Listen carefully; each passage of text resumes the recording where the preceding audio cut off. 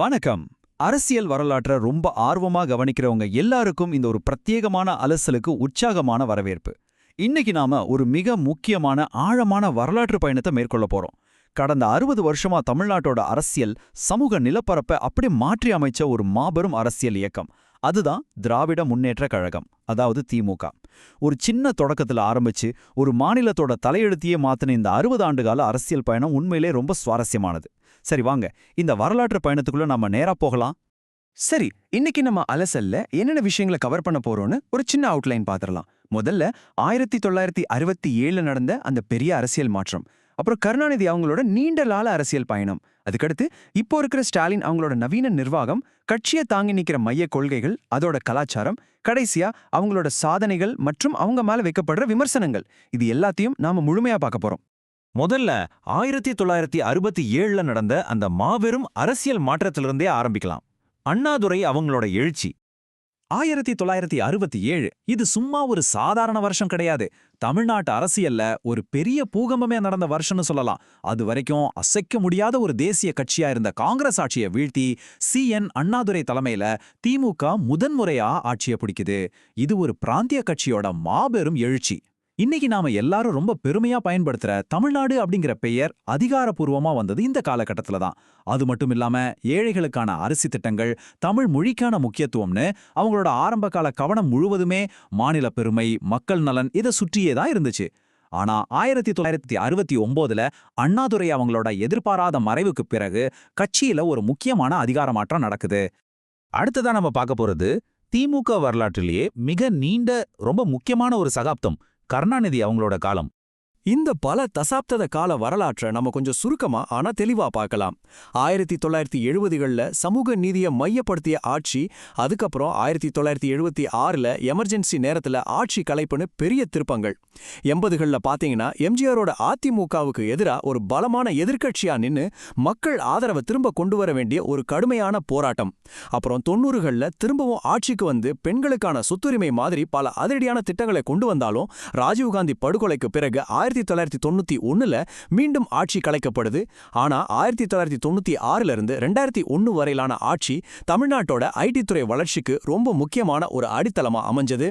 அடுத்து 2000களில் இலவச டிவி, ஏழைகளுக்கு வீடு கட்டித்தரும் திட்டம்னு மாபெரும் நலத்திட்ட அரசியலோட மையமா கட்சி தன்னை ரொம்ப ஸ்ட்ராங்கா நிலைநிறுத்திக்கிச்சு. இப்போ உங்க மனசுல ஒரு கேள்வி கண்டிப்பா எழலாம். 1960களில் ஆரம்பிச்ச ஒரு பழமையான கட்சி 2011 இருந்து 2021 வரைக்கும் தொடர்ந்து 10 வருஷம் ஆட்சியில இல்லாத ஒரு எதிர்க்கட்சி காலம். அதுக்கப்புறம் 2018 அவங்களோட மாபெரும் தலைவரான கருணாநிதி அவங்களோட மறைவு. இவ்ளோ பெரிய சவால்களையும் தாண்டி ஒரு மாடர்னான டிஜிட்டல் எதிர்காலத்துக்கு ஏத்த மாதிரி இந்த கட்சி தன்னை எப்படி அப்டேட் பண்ணிக்கிட்டாங்க? உண்மையிலே இது ஒரு மிகப்பெரிய திருப்பு முனை. இந்த சவால்களுக்கான விடையை தான் அடுத்ததான் நாம பார்க்க போறோம். அதுதான் ஸ்டாலின் தலைமையிலான புதிய தலைமுறையும் அவங்களோட நவீன நிர்வாகமும். இப்போ சமீப காலமா எல்லாரும் ரொம்ப அதிகமா பயன்படுத்துற ஒரு வார்த்தை திராவிட மாடல். தற்போதைய அரசாங்கத்தோட மொத்த தத்துவமே இந்த ஒரு வார்த்தைக்குள்ள அடங்கிடுது. சரி, இதுனா என்ன? இது வெறும் பொருளாதார வளர்ச்சி கிடையாது. சமூக நலம், சிறப்பான கல்வி, மருத்துவ கட்டமைப்பு, இது எல்லாத்தையும் ஒன்னா சேர்த்து ஒருத்தரையும் விட்டுடாம எல்லாரையும் உள்ளடக்கிய ஒரு விரிவான பொருளாதார வளர்ச்சி. அதாவது வளர்ச்சிங்கிறது பெரிய பெரிய தொழிற்சாலைகள்ல மட்டும் இருக்கக்கூடாது, அது சாதாரண அடித்தட்டு மக்கள் வரைக்கும் போய் சேரணும். இதுதான் இந்த மாடலோட அடிப்படை. இந்த திராவிட மாடலோட நேரடி செயல் வடிவத்தை 2021 இருந்து இப்ப வரைக்கும் நம்மால கண்கூடா பார்க்க முடியுது. இவங்களோட அணுகுமுறை ரொம்ப தெளிவா 2 ட்ராக்ல போகுது. ஒரு பக்கம் பாத்தீங்கன்னா கலைஞர் மகளிர் உரிமை தொகை மாதிரி லட்சக்கணக்கான பெண்களுக்கு நேரடியா பணம் போய் சேர்ற மாபெரும் சமூக நலத்திட்டங்கள், அரசு பள்ளிகளோட மேம்பாடு. இன்னொரு பக்கம் அப்படியே நேர்மாறா உலகளாவிய முதலீடுகளை ரொம்ப அக்ரெசிவா இருக்கிறது, ஐடி மற்றும் ஸ்டார்ட் அப் நிறுவனங்களுக்கு பெரிய அளவுல சப்போர்ட் பண்றது, கவர்மெண்ட் சேவைகளை டிஜிட்டல் மயமாக்குறதுன்னு ஒரு அதிநவீன டெக்னாலஜி பாய்ச்சல். பழமையான ஒரு சமூக நீதி அடித்தளத்துல எப்படி ஒரு மாடர்னான டெக்னாலஜி கட்டடத்தை கட்டுறாங்க அப்படிங்கிறது இதுல இருந்து ரொம்ப தெளிவா புரியுது. சரி, இப்போ அரசியல்ல இருந்து கொஞ்சம் வெளியே வந்து இந்த கட்சியோட ஆணிவேரான மைய கொள்கைகள் மற்றும் கலாச்சாரம் பத்தி பேசுவோம். எந்த ஒரு பெரிய இயக்கத்துக்கும் ஒரு ஸ்ட்ராங்கான பேஸ்மெண்ட் வேணும் இல்லையா? அந்த வகையில திமுகவை தாங்கி நிற்கிற 4 அசைக்க முடியாத தூண்கள் இவைதான்: சமூக நீதி, சாதி ஒழிப்பு, தமிழ்மொழி பாதுகாப்பு மற்றும் மதச்சார்பின்மை. கடந்த 60 வருஷங்கள்ல எத்தனையோ தலைவர்கள் மாறி இருக்கலாம், எத்தனையோ புதிய திட்டங்கள் வந்திருக்கலாம். ஆனா அவங்களோட எல்லா அரசியல் நகர்வுகளுமே இந்த 4 அடிப்படை கொள்கைகளை சுற்றியே தான் பின்னப்பட்டிருக்கு. ஆனா கொள்கைகளை பேப்பர்ல எழுதினா மட்டும் போதுமா? அத சாதாரண மக்கள்கிட்ட கொண்டு போய் சேர்க்கணும்ல. அங்கதான் இவங்க ஒரு மாஸ்டர் ஸ்ட்ரோக் ப்ளே பண்ணாங்க. தமிழ் சினிமா மற்றும் இலக்கியம், இந்த ரெண்டு கூடவும் இவங்களுக்கு இருக்கிற தொடர்பு ரொம்ப ஆழமானது, வரலாற்று சிறப்புமிக்கது.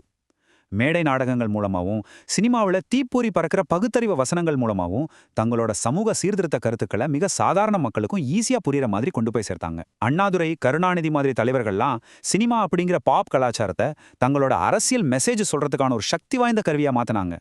இந்த சித்தாந்தங்கள் பட்டி தொட்டி எங்கும் நெருப்பு மாதிரி பரவ இதுதான் மிக முக்கிய காரணம்.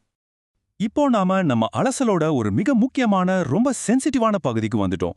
சாதனைகளும் விமர்சனங்களும் ஓர் இருபுற பார்வை. இந்த 60 ஆண்டு கால பயணத்தை நாம எந்த ஒரு சார்பும் இல்லாம ஒரு நாணயத்தோட 2 பக்கங்கள் மாதிரி ரொம்ப நியூட்ரலா பார்க்க வேண்டியது அவசியம். ஒரு புறம் சில மறுக்க முடியாத வரலாற்று சாதனைகள் இருக்கு. அதாவது தமிழ்நாட்டுல கல்வித்துறையில ஏற்பட்ட மிகப்பெரிய முன்னேற்றம், பெண்களுக்கான வேலைவாய்ப்புகள் மற்றும் அதிகாரம் அளித்தல், அப்புறம் ஐடி முதல் ஆட்டோமொபைல் வரை ஒட்டுமொத்தமான ஒரு நிலையான பொருளாதார வளர்ச்சி. இதெல்லாம் மிகப்பெரிய பாசிட்டிவ். ஆனா அதே சமயம் மறுபுறம் உள்ள விமர்சனங்களை நாம கண்டிப்பா பார்த்தே ஆகணும். தொடர்ச்சியா கட்சி மேல வைக்கப்படுற ஊழல் குற்றச்சாட்டுகள், சில நேரங்கள்ல ரொம்ப தனிநபர் தாக்குதலா மாறுற கடுமையான அரசியல் போட்டிகள், இது எல்லாத்துக்கும் மேல கட்சிக்குள்ள ஒரு குடும்ப ஆட்சி தான் நடக்குது அப்படிங்கிற மிக கடுமையான விமர்சனங்கள், இது ரெண்டுமே சேர்ந்ததுதான் இவங்களோட உண்மையான வரலாறு. சரி, இது வரைக்கும் நடந்ததை பார்த்தோம். அடுத்து என்ன? 2026ஆம் ஆண்டு தேர்தலை நோக்கி நகரும் வேளையில அவங்களோட ஃபியூச்சர் பிளான் ரொம்ப கிளியரா இருக்கு. அடுத்து வர்ற இளைஞர்களை தலைமையில முன்னிலைப்படுத்துறது, முற்றிலும் டெக்னாலஜி மற்றும் டேட்டா சார்ந்த அரசியல் வியூகங்களை வகுக்கிறது, அப்புறம் தமிழ்நாட்டுக்கு வெளிநாடுகள்ல இருந்து பெரிய அளவுல முதலீடுகளை ஈர்க்கிறதுல முழு கவனம் செலுத்துறது, இதை நோக்கி தான் அவங்களோட தற்போதைய பயணம் போயிட்டு இருக்கு.